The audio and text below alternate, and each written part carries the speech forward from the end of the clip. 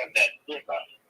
That's something that has not been discussed, swept under for decades. They are suffering under being victorious in their liberation. I'll stop right there, and we send our thoughts and our prayers, and inshallah, we send our money and our aid to help the Haitian people. Inshallah. This natural disaster called the earthquake. Thank you so much for that historic background as well, because a lot of people don't know and are unaware of the history of what happened and the colonial aspect of, because they don't understand why Haitians speak French. Well, Right. A lot of people were like, they're taken aback when je parle français très bien parce que je suis né en Haïti. So they're like, wait, what? You know what I'm saying? That is a beautiful segue Mr. Hamid did for me. Like, he just literally depicted my country to the T. We are a vast population that has a resilient bone in our body. Like, that's like, the bone is right here. Resilient. And, he said a lot of things that were very good for others to know. We are paying reparations to France that colonized us in 1804, and we beat them in a revolution war. So we are the first Black republic, and I'm so honored to say that, because we literally are the catalyst for every colored individual to know that you can do whatever you want. We are a revolution. This community is a revolution, and to bring forethought to the things that are happening in the world is what is needed. People are blinded by geography. They're blinded by history. They're blinded by, their own self preservation, their shelteredness. So we do have to bring the information out there and have them have a evoking thought, so that they can go to the alderman, go to a congressman, go to the higher ups, and find out what are the resources needed to recalibrate Haiti and its efforts. Because this is not the first earthquake that's happened. This is not the first rebuilding effort that's happened. This is not the first opportunity of corruption. There's a large corruption aspect that needs to be broken down. And saying that out loud gives information to other people that are not corrupt, that can go to Haiti and do the work and efforts that are needed, and not have a greedy mindset of, oh, let me fill my pockets with the donations that are coming in. Let me actually buy a bulldozer. Let me actually pave the roads. Let me actually give these children that are on the street food that have not ate in the last 3 to 4 days. It's been a devastating decade, for Haiti. Like, we can go on and on about that, but I'm saying, in retrospect, we have to do our due diligence in giving information correctly, in the right atmosphere, in the right sources, to the right people. Absolutely. And a lot of times, we see a different attitude toward Haitian immigrants than immigrants from perhaps other countries, which has to do with ignorance, lack of understanding, lack of compassion, lack of knowledge of the history of what's happening there. So how do you see perhaps being able to tell the story from a perspective of a Haitian, maybe talking to a Haitian on your show, maybe having a Haitian who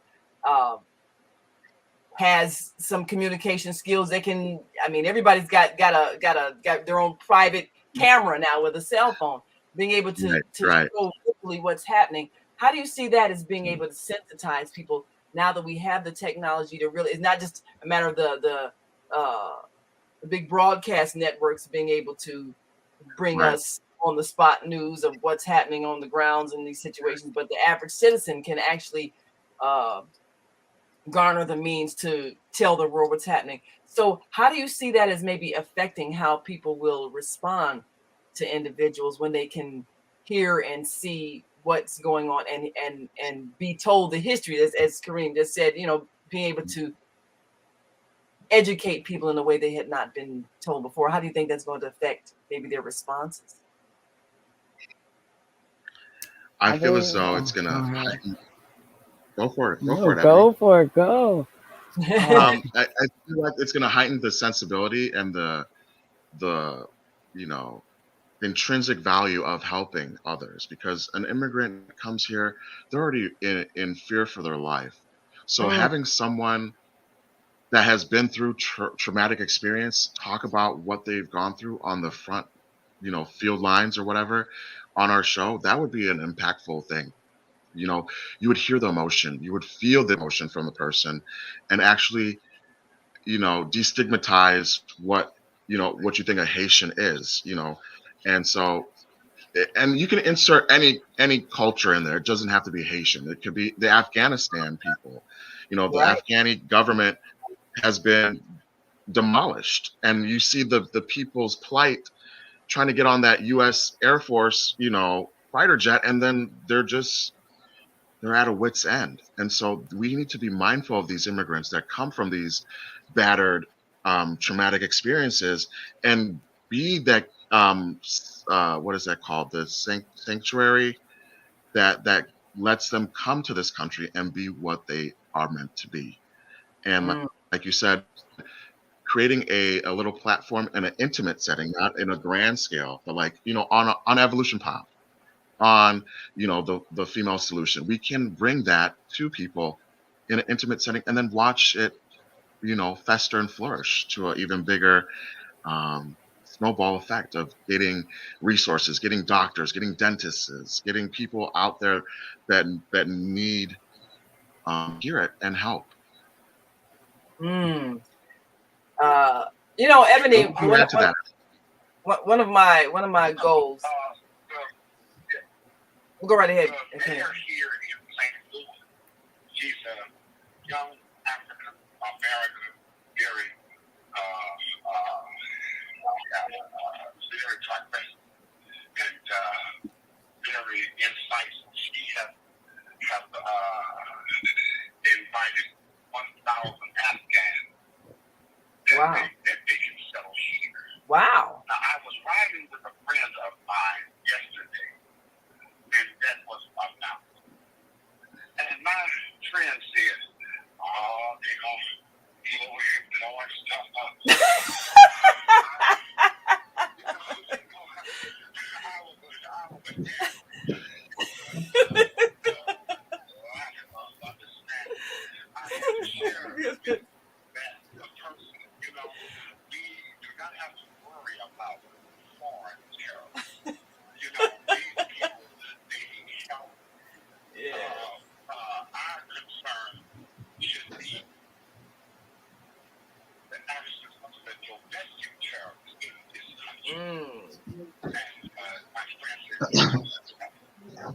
Huh?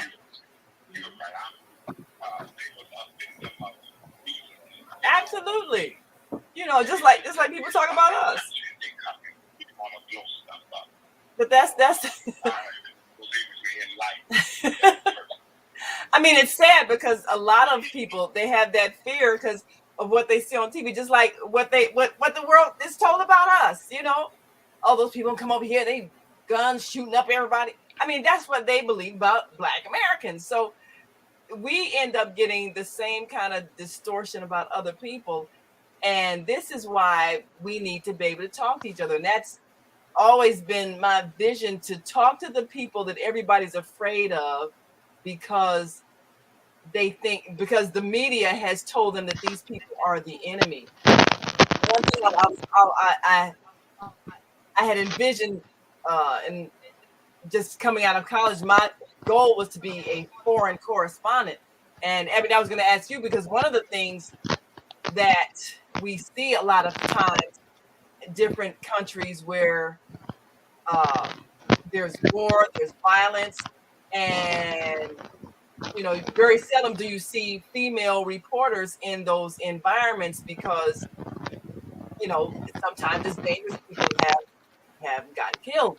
But there's a need, I think, for more female energy, being able to talk to people, to have that empathy and to show, especially, we always say, if women talk to each other, we can work this thing out. We don't have Absolutely. to fight it out. We can talk it out. We can work it out. But we got to be able to talk to each other and not be afraid of each other. And that means being willing to listen and understand the other side. Absolutely, of course. So now, if there were a part of the world where you felt like, wow, I'm scared of those people, but if I could learn something, maybe I could help, where would you see maybe being able to use your voice to make the kind of connections that would help us understand? Well, personally, I'm a very open person. I am very big on building relationships, building bonds.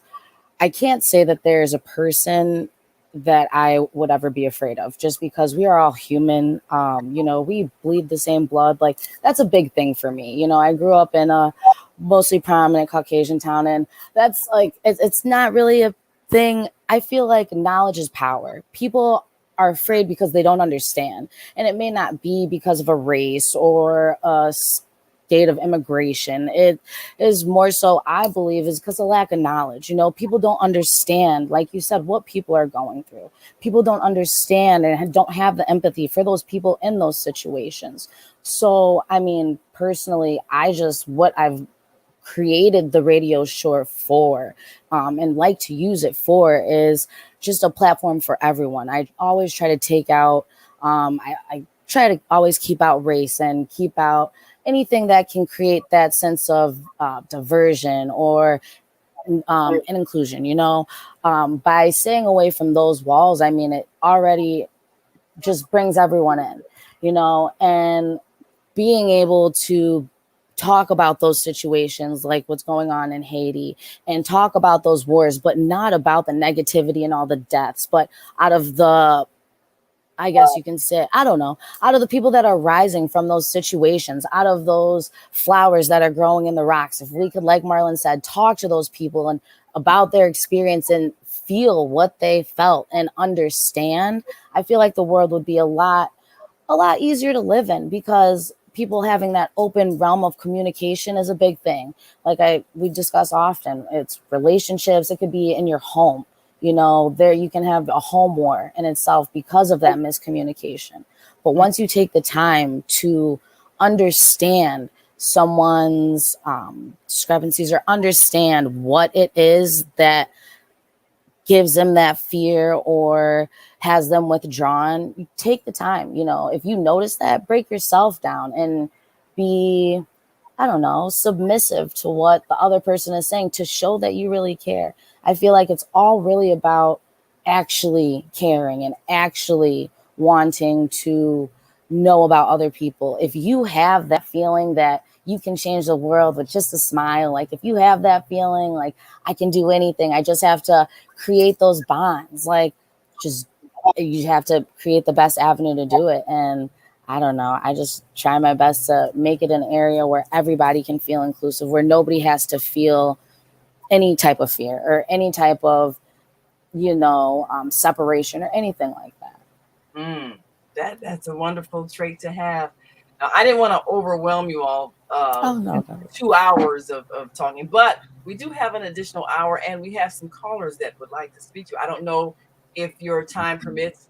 You have class this morning you need to get to, or can you spend another time before class? We have class at 9. We have time. Oh, great.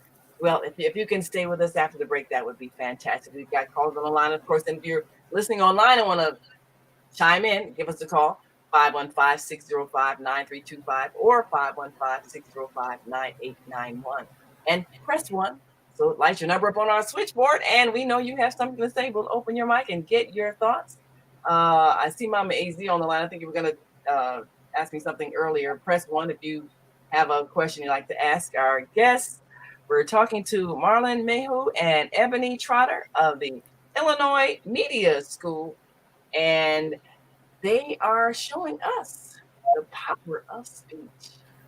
So we certainly are looking forward to a new generation of communicators and people who are able to cross traditional boundaries and perhaps make new friends across the water, across the land, across the globe, so that we can all be that one human family.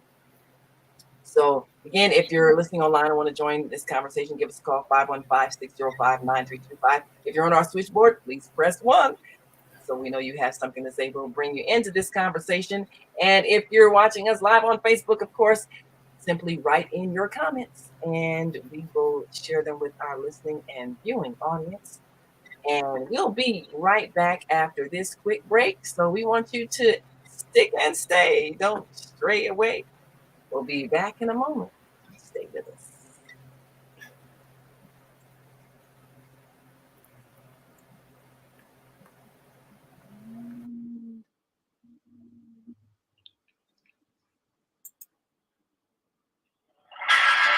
Are you constantly arguing with your spouse? Are your children misbehaving and acting out? Someone in your family abusing drugs? Have you been the victim of domestic violence? Are you grieving over the loss of a loved one? Let us help you restore serenity to your life. At Serenity Family Social Services, we understand that good mental health is a result of emotional well-being. Our goal is to assist you and your family in removing emotional distress and restoring harmony and balance to your lives. We offer individual, couples, and family counseling. I'm Howard Williams, CEO of Serenity Family Social Services. Call us today at 312-315-4820. That's 312-315-4820.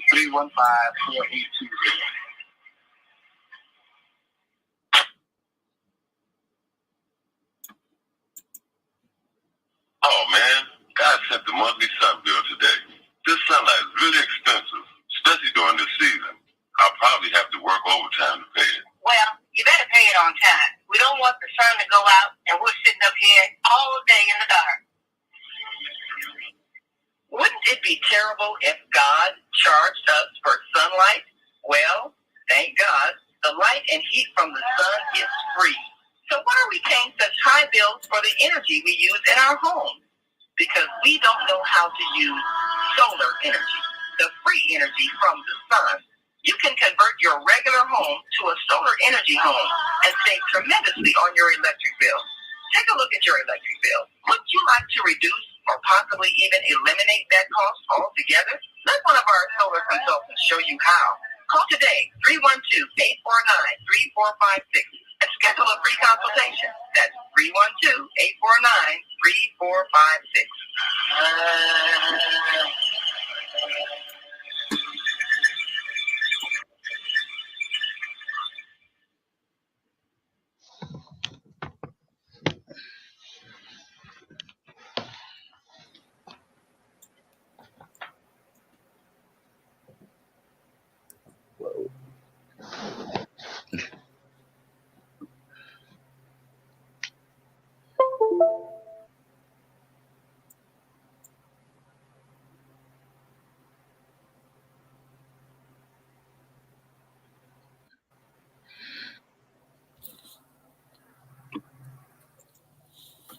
Hi, this is Jaron Alexander. And I'm Naima Aziz.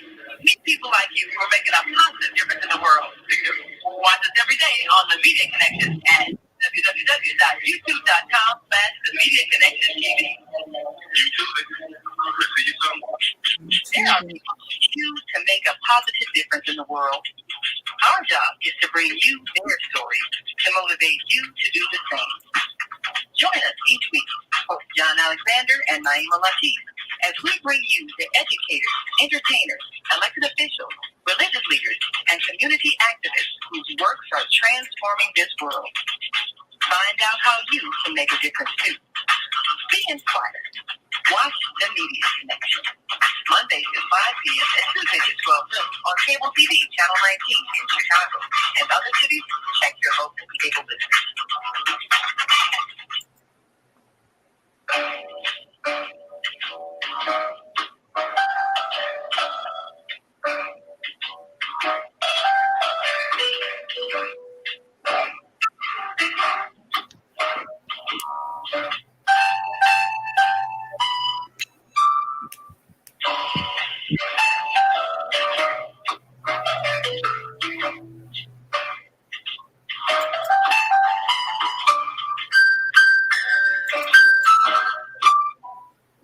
And we are back. You're listening to and watching the Female Solution Global Radio TV show.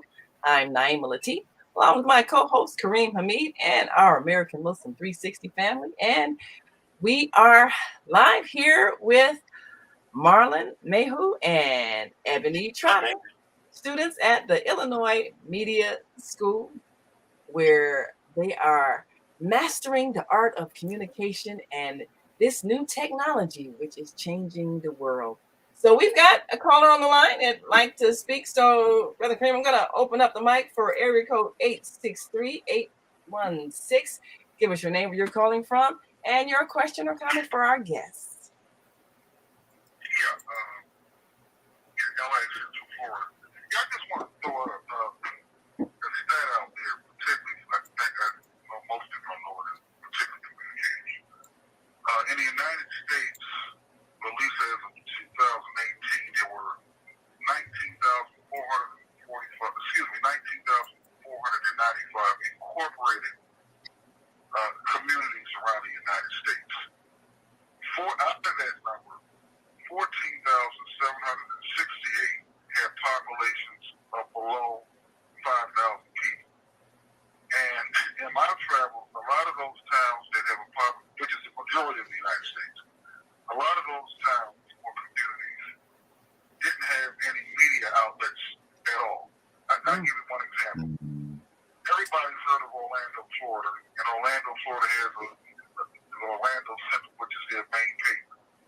But just 6 miles outside of Orlando, there's a historic black township that's been around for over 100 years called Eatonville. But most people have never heard of Eatonville, even the blacks that live in Florida. Why? Because Eatonville doesn't have really any media outlets.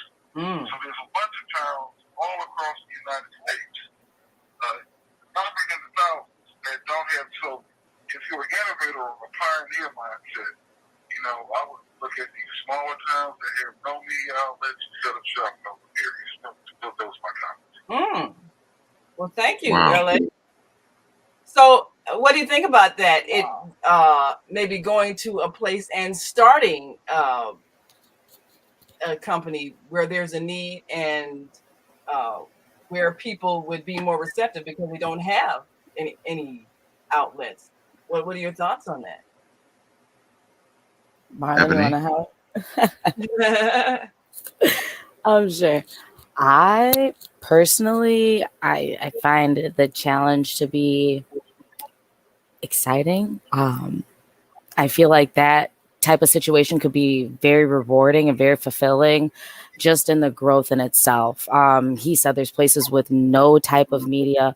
So as you know, those people that produce media, we have to find what media would best sustain that environment, whether it be print or broadcast or radio, and just expand on that. I mean, it leaves us with a new environment for testing.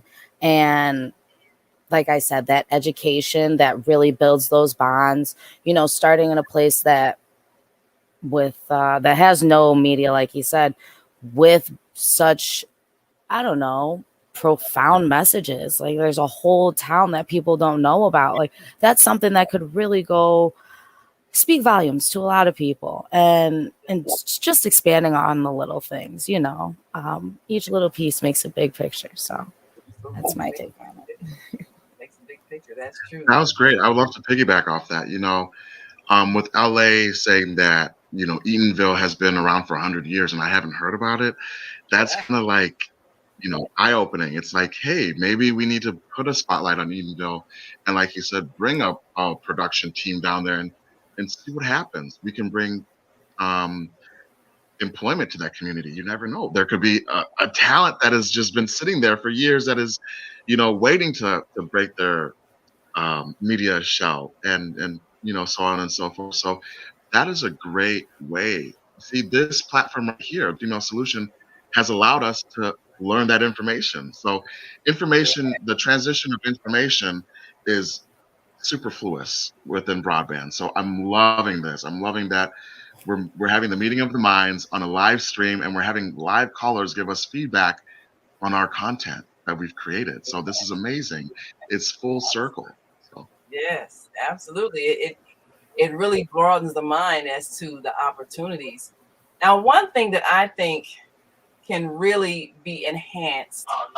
Yes, go right ahead. Yes, we have a resident of Florida on the line now. Yes. I wanted to inform you of that. Oh, absolutely. Yes. Well, you know, that's one of the things that I think is helpful in that now communication is so boundless. You can find out about the people that you didn't even know existed before, and communities that you never knew existed. And there are so many places around the world that you never hear about. Now, there are places in the world where people live in such a way they don't need any money because everything is sharing and interaction and trading and service. And I've been made aware of communities like this, and I'm thinking, is it possible to take that level of trust and the spirit of service as opposed to let me benefit off of your suffering or your lack and exploit it, but thinking, how can I just give, and then we just always give and receive and no one have to pay anybody anything because we're just all one community. And I've been made aware of communities like that. And I'm thinking, well, now that we can talk to each other, can we possibly create such an environment where everybody feels like they know everybody? Because it's almost like everybody's got a Facebook page. So it's almost like there are no strangers. Do you think it's possible with the technology that we have to really become friends over a distance? Can we maybe even translate that to the way we do business, the way we help each other, the way we trust each other, so that we can, like some of these smaller communities, actually live in a way where we don't need money. We just help our neighbors. What is your thought on that? Yeah. You know, I'm intrigued by what was shared about the community in Florida. Everyone that is listening to this broadcast now, well, not everyone, but the majority are listening by way of cell phone. Yeah. It would not be necessary to go there, set up a big radio station or a platform. Just almost everyone has a cell phone. So it needs cell phone towers. And, yeah. We are sharing information now. This is an educating platform, and what our guests are sharing with us, people are hearing that by cell phone. Well, it's just a simple matter of informing the people of the get them to call them, and they can access. That's true. And not only here, they can communicate with everyone that has a cell phone in this area. That is true. We have a resident of Florida, as I mentioned earlier, on the AM364. She is the executive director of the Tennessee Sugar Company.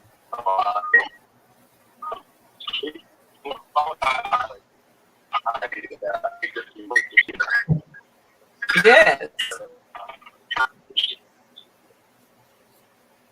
Absolutely. Yes. So, you're trying to speak?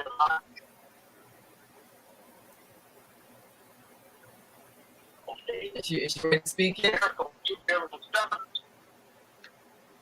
it's kind of choppy, guys. It's kind of hard hearing you.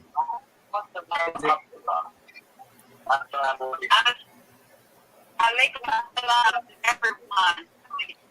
Walaikum salam. Sound a little better. And our guests, praise be to Almighty God, and their being is welcome to this process and now in your office of media. I'm Martha Nyla, calling from St. Petersburg, Florida. Florida is pretty much the Sunnydale, we say, on the peninsula. Just directly to the point about media, and praise be to Almighty God, we would love to connect with you all as well through Naima and continue the media relationship. But yes, here in Florida, our county officials and all, and 25 million people as the population continues to grow, and we're the largest economy. But our rural community, our center of Florida, rural community, actually, is exceeding a lot of the country. But the incident aspect is really interesting. We had to have marches and all for even health clinics and such right here in the state of Florida. The idea of internet as well as streamline access to having cell phones, but people working in rural areas are not so concerned with that as they're getting food on the table and clothes and these things. Oh, Florida, let's go vacation. There. It's growing, but it is still needs expansion in those rural areas. From the farm of Florida to the center of each end. Yeah, I think that's one of the challenges that we have in one of the communities, the rural communities here in Illinois, Pembroke, where we've been trying to make these connections with a community of Black farmers and, getting direct food distribution to some of the struggling communities in the urban area. But the internet service isn't always as reliable, and that's one of the challenges that we have, where rural residents may not have cell towers built where they live. And then there's so much concern about, electromagnetic waves going through the air everywhere we live, how is this affecting our health? And yet, the communication benefits that come from instant access to the internet, it makes us figure out ways to spread the technology to those rural areas that don't get reached. And like LA was saying, you have some communities where they may not have anything, no radio, no TV, no internet. I think about, well, they're too young to remember Green Acres. We had to crawl up on the Green Acres is the place for me. Yeah, familiar. So yeah, some places is almost like that, So, but as you say, most people have a cell phone, and that is where you can communicate instantly. So now that being said, let me ask our guests this, because I think one of the people that Joel interviewed, I think she was a media buyer, and she was explaining how things have changed from the days when you had newspapers and magazines, and you had maybe a day delay, when news happened, and then it's in tomorrow morning's newspaper. Well, now when news happens, it's instantly on your cell phone. Instantly, you find out what happened. And sometimes news gets put out there that might have some errors. So how much pressure is it on you to get things right the first time? Get names spelled right, get facts right, because once you put it out there, it's there. You don't have time to review and correct because it's all instant, and people getting it instantly on the device. They're carrying this communication device with them everywhere. Instantly, it pops up on their cell phone. So as a person in the communications industry, how much pressure is it on you to get the facts right the first time because it's too late once it gets out there? How do you make sure that happens? I think doing research thoroughly and doing your due diligence prior to your live stream or your radio production, you should definitely do in-depth due diligence and finding out what the story is about. What is the focal point of the story and how does it help others? Those are the three main things that I like to do when I'm bringing forth a story. And I feel as though that would always allow me to be concise, clear, and not bring false information. Because once you bring false information, you lose credibility.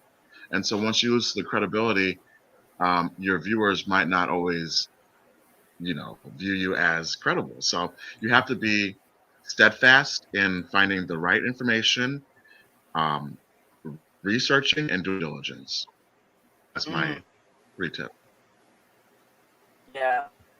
A couple of months ago, there was this rumor that came out of nowhere that the mayor of this city was going to resign because of some big scandal, on her personal life and all that. And it came across my phone, and I think it was on. I think it was my day to be on the show, to host the show. And I thought about mentioning it, and I said, "Well, no, let me wait because I don't know for sure that it's true." And it was a major story, but then later on we found that it was false. And I'm thinking that all those people who repeated that rumor, and I don't even know the origins of it, might have been probably one of her political enemies that put it out there. But everybody who put that out there, as you say, they lost credibility. So it used to be, well, it must be true because it's in the newspaper. It must be true. Now people are, it must be true. I saw it online. But see, that doesn't necessarily mean anything. Anybody can put anything online.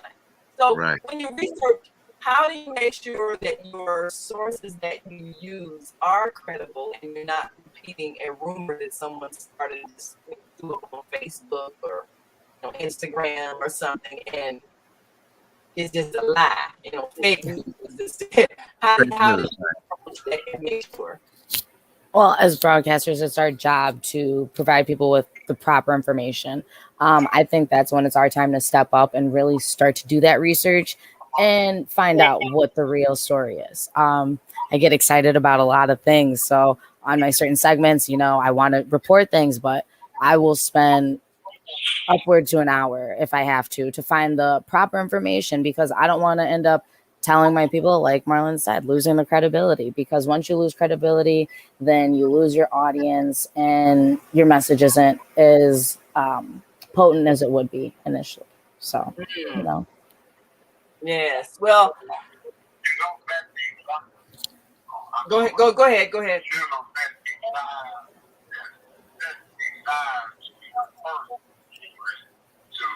Yeah, breaking news. Yeah. Yes. It should be researched and the genesis of our source. Definitely. And I want to also say that we do check a lot of news sources too. A lot of news sources are our best friend. Oh, well, that's good. That's Those are the good. big ones. Yeah. Definitely have to have sources that have an inside track. So I'm sorry, Kareem, you have a caller on the line? Yes. Okay, go right ahead.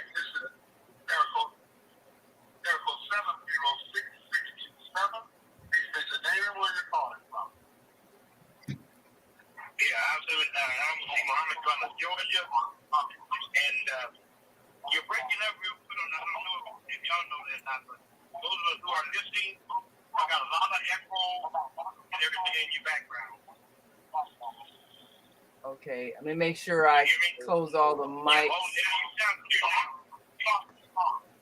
I do hear an echo. But now my voice is getting. Yeah, Two sources do you use? No, I'm sitting in my car.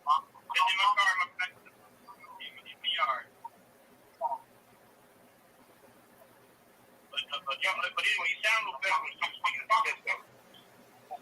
Okay, I do hear a little bit of an echo. I'm trying to figure out where that might be coming from. Yeah, what you got to try to figure out the audio and everything. Okay.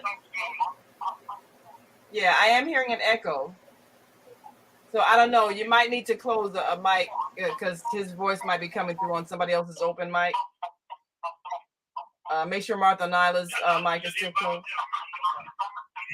Martha Nyla is no longer with us.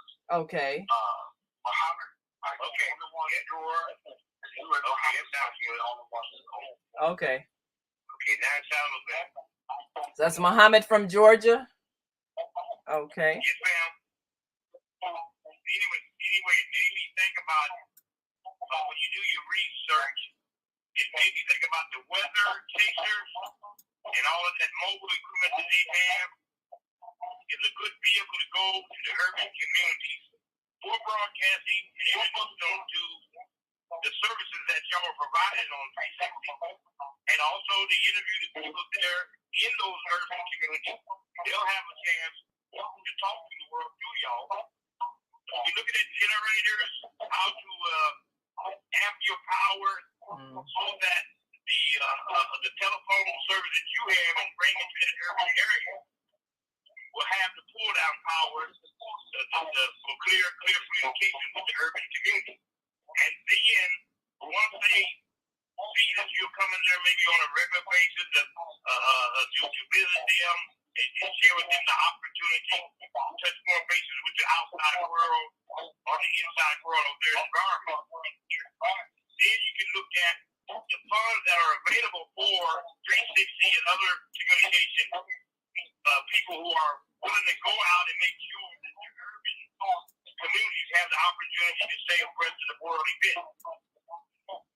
And that will help them establish the type of lines and bounce off poles and things they need to make their communication clearer. But we could use, but 350 can have something like the weather chasers, the mobility, and like some of the new stations are doing now, they're having more mobile power, so they can drive to the areas where there's no sources and be that source for them. Well, that makes sense. Well, let me ask our guest this question. With the Illinois Media School, does it also get into some of the technological skills, such as hooking up sound systems? You know, being you specialize in certain things like an audio technician, or being able to, you know, repair a problem with a computer system or software. How deeply into the technological aspect does the Illinois Media School take students? Sure. So we have blocks. So it's an 8-month program, and each month we have 4 weeks of work. So each week is dedicated to different aspects. So the first month we started with Adobe Audition and Adobe Premiere, which is the sound engineering and the film production aspect of media. So we learned how to create commercials for radio stations. So we learned how to sound engineer our own voices on Adobe Audition and really tailor it to the company of our choosing. So we chose different companies, different restaurants, and we made commercials for them. So that was fun. We've then delved into green screen work. So we know how to do green screen manipulations, keying frames in software. Livestream. The Livestream software is what we use for our streaming services. So we know how to do that. When it comes to building sound stages, we know the XLR cables to the sources to the mics. So there is a lot that we have learned in the 8-month block that we've been at this school, and they have other emphasis classes that let you really fine tune film production and or audio engineering. So it is a very great institute when it comes to encompassing all realms of media, not just being on air talent, but being a production assistant, being a floor executive producer, being a director. The list goes on and on. So it was an amazing experience. Mm. And one thing that I was impressed about the Illinois Media School is that it's right in the heart of the community at 3711 South Ashland, and this facility is accessible. The entire building has so many different schools of training and learning, and this is really what is going to make an impact, I think, on the economy for this generation of people coming up that are preparing to start families and so forth. There's a need for skills. There's a need for skills that are useful in today's world. And so the Illinois Media School is so much needed because the communication is such a big industry and such a growing industry. So to have that facility where it's accessible to people in the inner city, and it's a program that once you finish it, you have some life skills, you have some experience.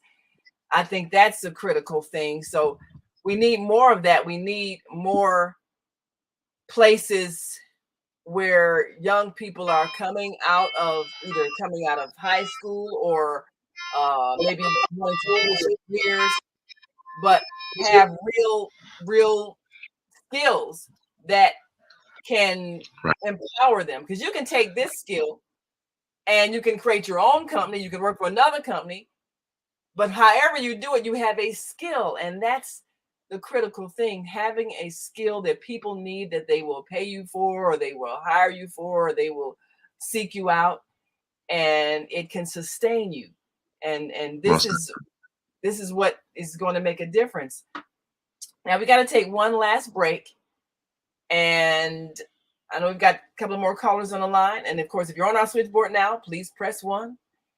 And when we come back, if you all can stay with us for this last 25 minutes.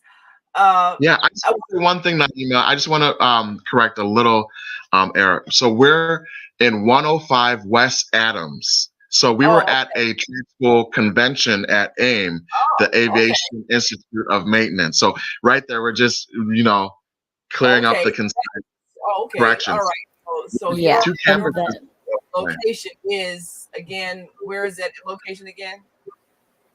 105 West Adams, Suite 1900 in Chicago, and 455 Eisenhower Lane in Lombard, Illinois. So there's 2 campuses in Illinois. There's a campus in Ohio, Colorado, Miami, and I believe I'm missing one. So type in the Beyond Air Network. You'll see all the schools that are aligned with the Beyond Air Network. Beyond Air Network. Okay. Well, that is great. Well, because I attended an event, I guess, hosted by the Aviation. What is it? The Aviation School of Maintenance. Yeah, Aviation School of Maintenance, and AIM, Aviation Institute of Maintenance, I think. Yes. Yes, correct. And they hosted a lot of different schools, trade schools to kind of give us a showcase of what is available. And you can learn skills and not necessarily have to go to a 4-year institution before you can start working. And Illinois Media School was one of those that were showcased, and we got a chance to see how many of the students are learning and experiencing their craft. And so you can start your career without having to go through 4 years of training. And these trade schools are going to be critical for jumpstarting our economy as we evolve out of this pandemic and get back into the work world. So we're going to take this last break, and we'll be right back and take more of your calls. And if you're listening online and want to join this conversation, give us a call, 515-605-9325. Press 1. when you want to speak. And if you're watching us live on Facebook, of course, feel free to write in your comments and we'll share them with our listening audience. And we will be right back after this last break. So stay with us. I'm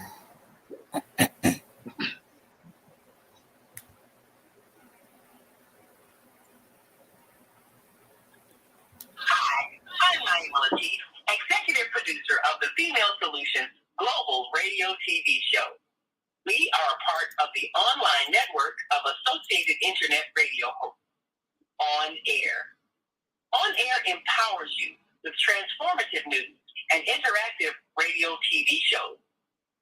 This is such a wonderful time to be alive and to see our human family coming together as one community as a result of that powerful tool, the internet. We can now talk directly to each other all over the world. There's no need for conflict or misunderstanding. There's no need for violence to solve our differences. We can talk to each other face to face until we reach an agreement. On Air offers a fantastic global guide to communicators from all over the world who are using their internet platform to inspire us to strive to be our best selves in order to become the kind, compassionate, loving people we were all born to be. Once we do that, we'll see planet Earth transformed into a place of peace. Subscribe to the recommended YouTube channels, Facebook pages, and podcasts created by these Voices of Enlightenment. On Air provides daily news briefs and a weekly magazine to keep you abreast of events and opportunities. On Air news affiliates in television, radio, and print share information, insight, and interviews with notable personalities. Go to OnAirEverywhere.com for a daily dose of uplifting news. We're on air everywhere, online all the time.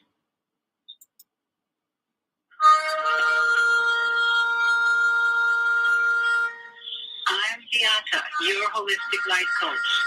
These days, it's more important than ever to work on your physical, mental, emotional, and spiritual health. Are you consciously breathing deeply in stressful moments? Do you have a plan or daily routine to maintain balance in your awesome body? Are you struggling to be disciplined in your eating habits? When you partner with me, I'll help you develop a personalized health plan that works for your particular lifestyle. You can find out more about me at yourholisticlifecoach.com, where you can also review my 3-step protocol to guide you to abundant health. That's yourholisticlifecoach.com, and I'm Beata.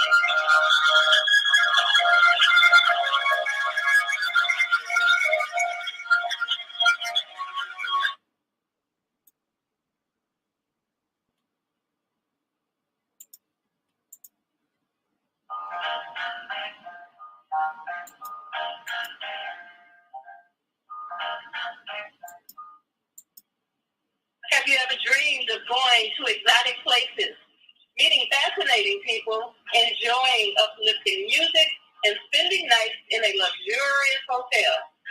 Do you look forward to a relaxing vacation where you can walk along the beach or sit in a quiet park and enjoy the sunset or sunrise?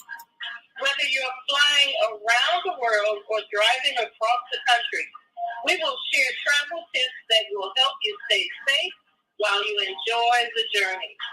Join me every third Saturday of the month, 12 noon to 2 p.m. Central Standard Time, and move around with Deborah here on the Female Solutions Show. Call in and comment 515-605-9325 and press 1 to speak.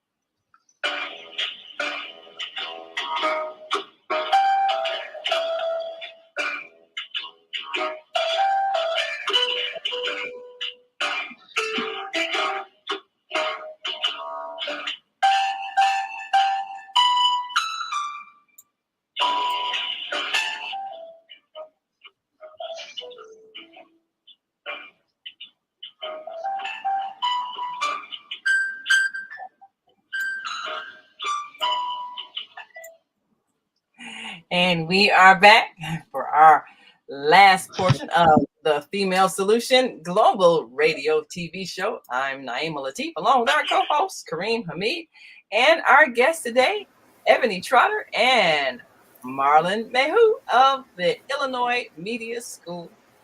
And this is a place that you can learn some cutting edge skills and enter the field of communication.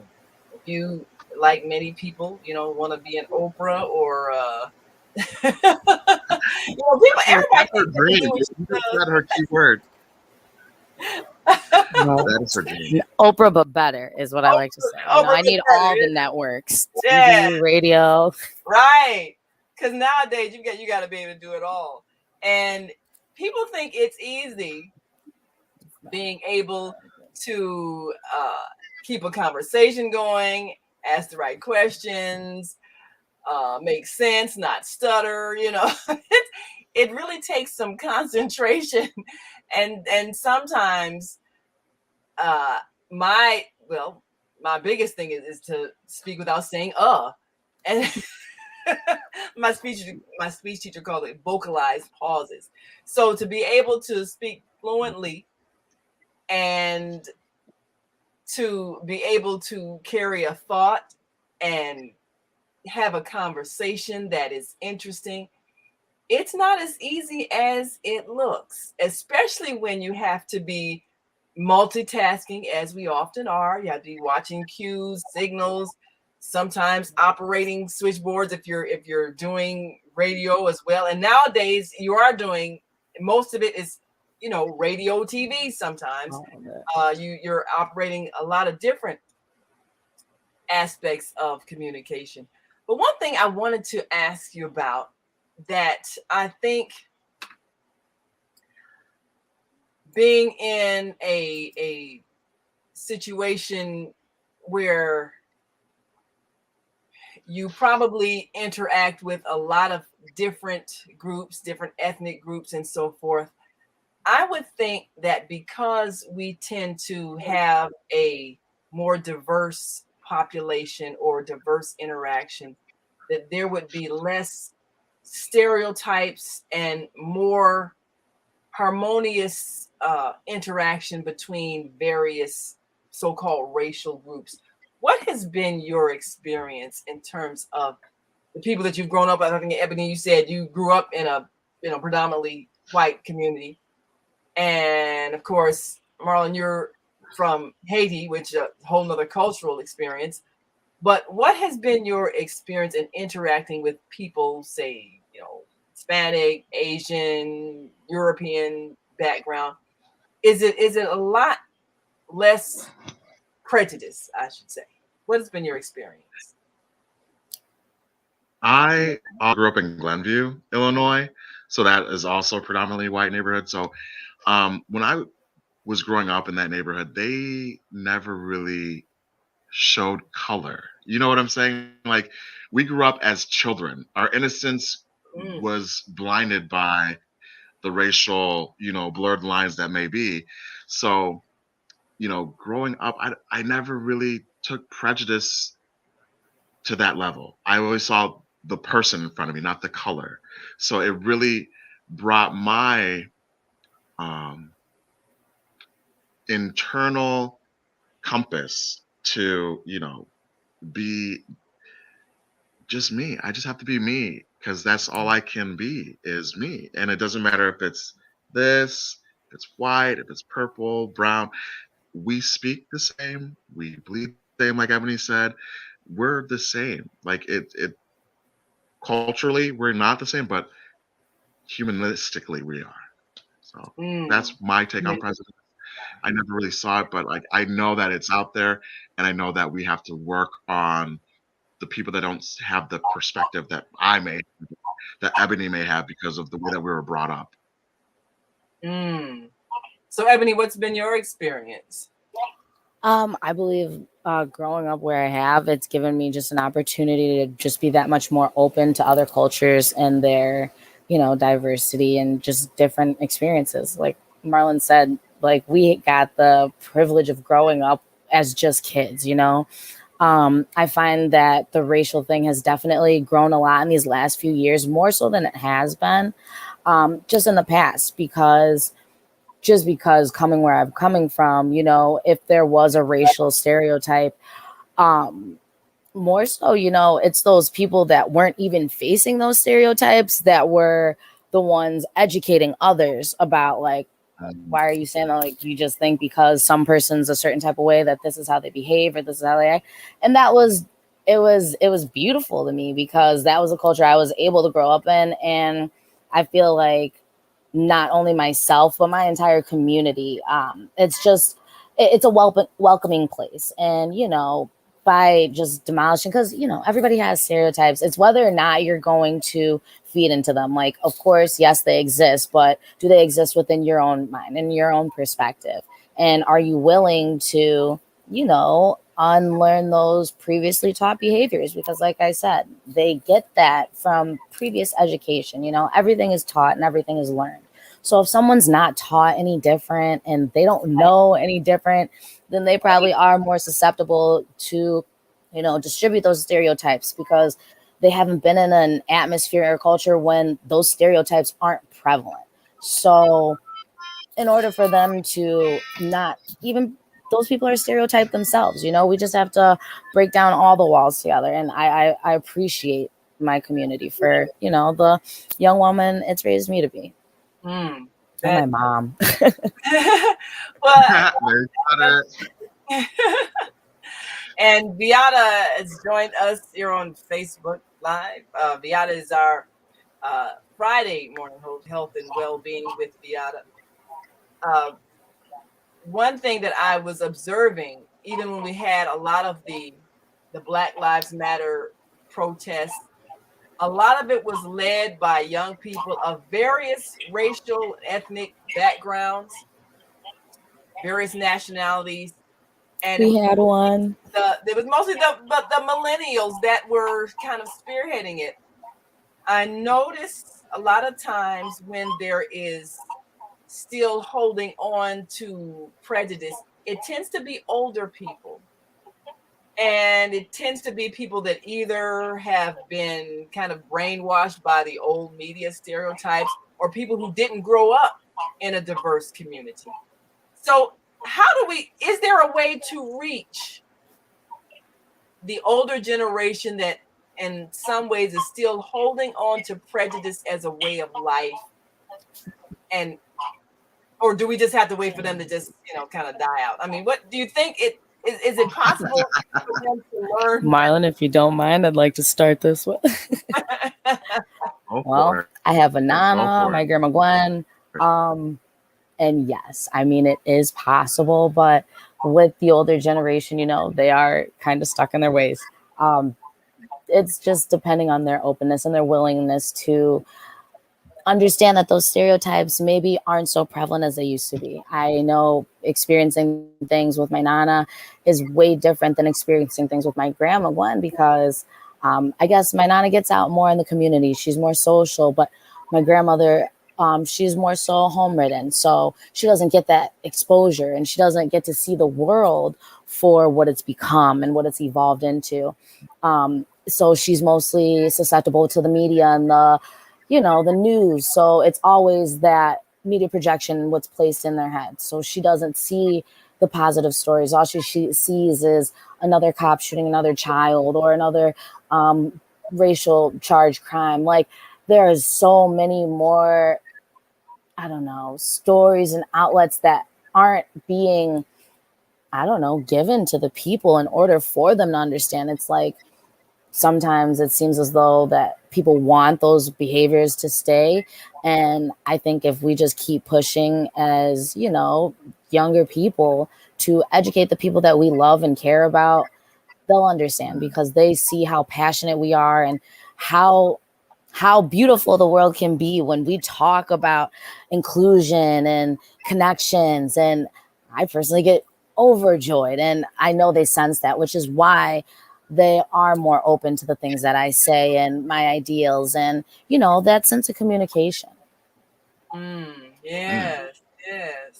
Well put. Yes, go ahead, Kareem. Go ahead. Yeah, we hear the terminology AI now. Artificial intelligence. It's artificial intelligence.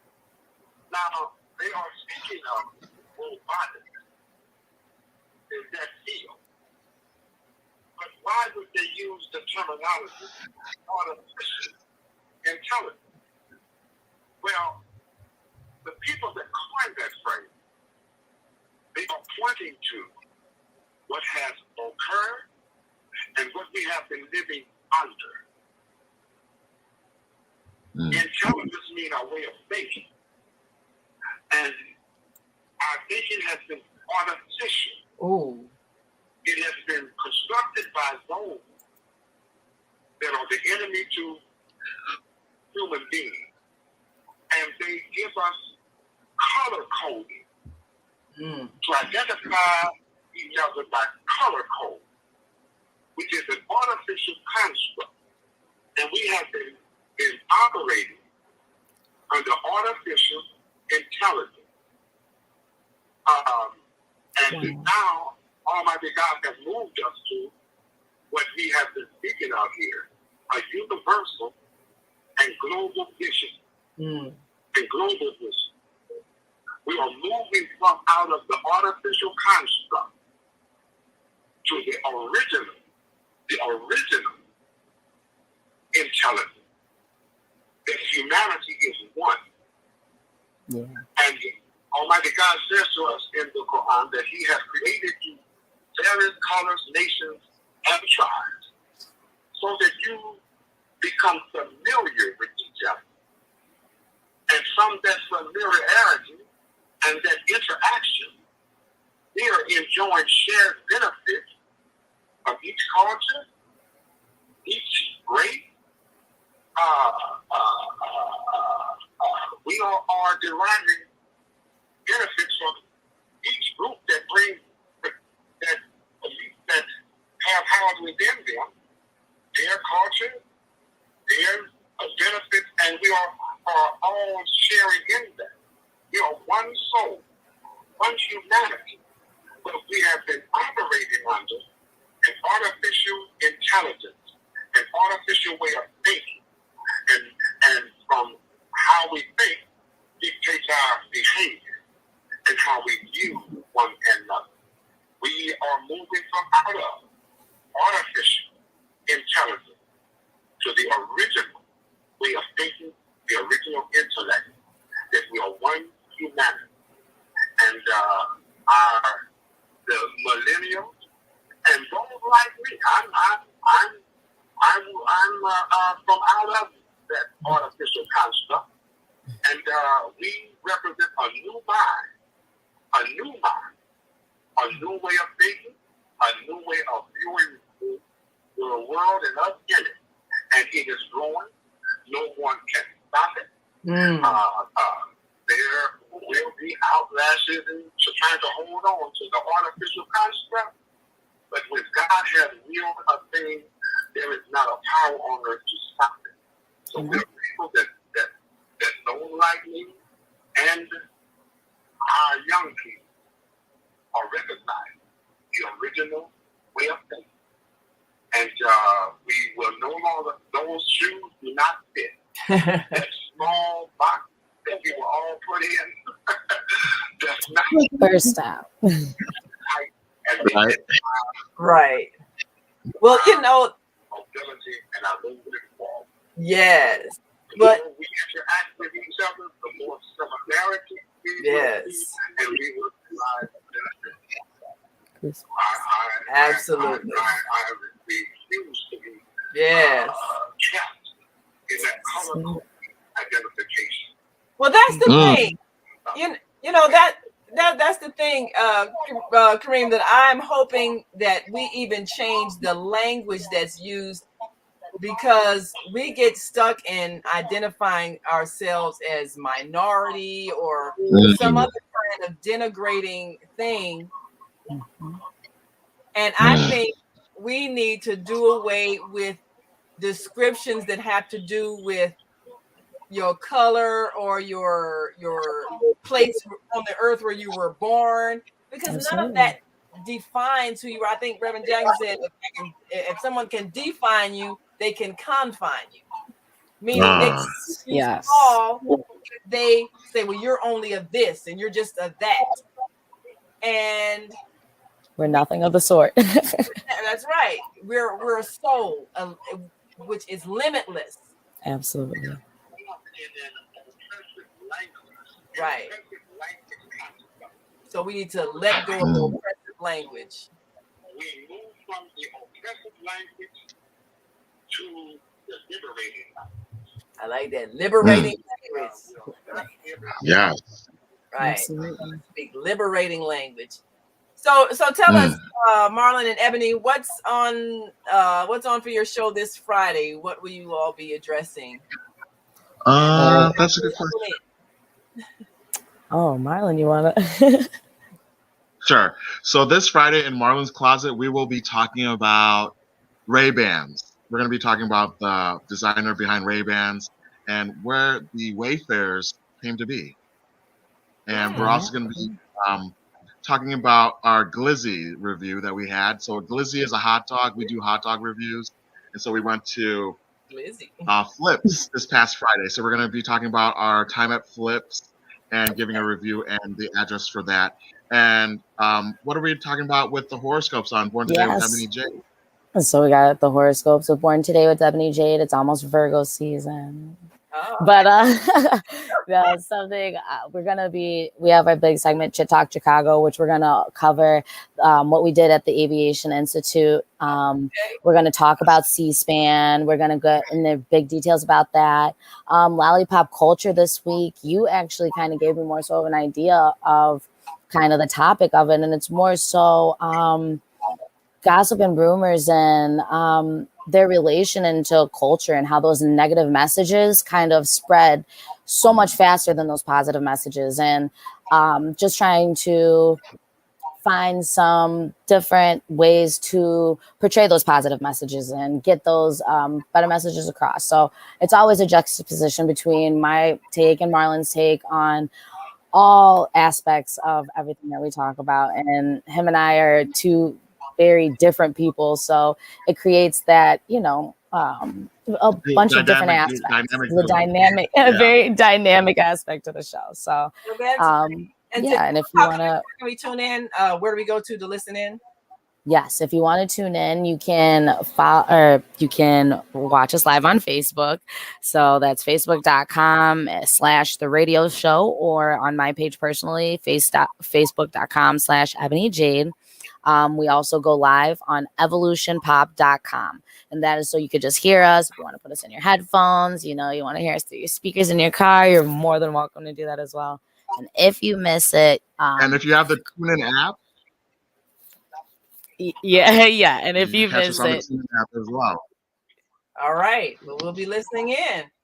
Well, thank you all so much. And thanks to my wonderful co-host, Kareem Hamid. And thanks to all who listened in and called in, and join us tomorrow for Dr. Debbie. We're going to hear Soulful Solutions with Dr. Debbie Green. Join us right here on the Female Solution Global Radio TV show. I'm Naima Latif. Thank you so much. Tomorrow. And thank you. And we'll hear you on Friday. Have a great week. We'll hear you on Friday. Thank you so much. All right. Bye. You. Bye, Kareem. Thank you, Miss Naima. Look forward to hearing from you guys. Bye, Kareem. That's www.naimalatif.com. Watch our TV shows, listen to our radio shows, order our books, and be sure to get your copy of the book, The Female Solution.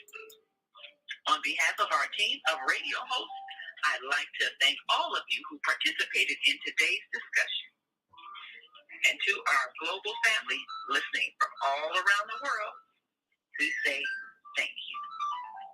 To our family in China, Sheshe, India, Zanzibar, Japan, Arigato, Korea, Kamsahamnida, Russia, Spasiba, Germany, Danke, Poland, dziękuję. France, merci. Spain, gracias. Italy, grazie. Egypt, shukran. Ghana, nadasi. Nigeria, eshe.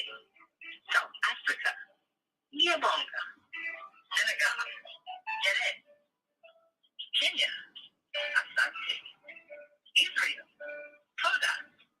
Pakistan, shukran. Thank you for using Blog Talk Radio. Goodbye, Shakur. Saudi Arabia, shukran. Assalamu alaikum wa rahmatullahi wa barakatuh. Thank you. Peace be upon you and the mercy of God and God.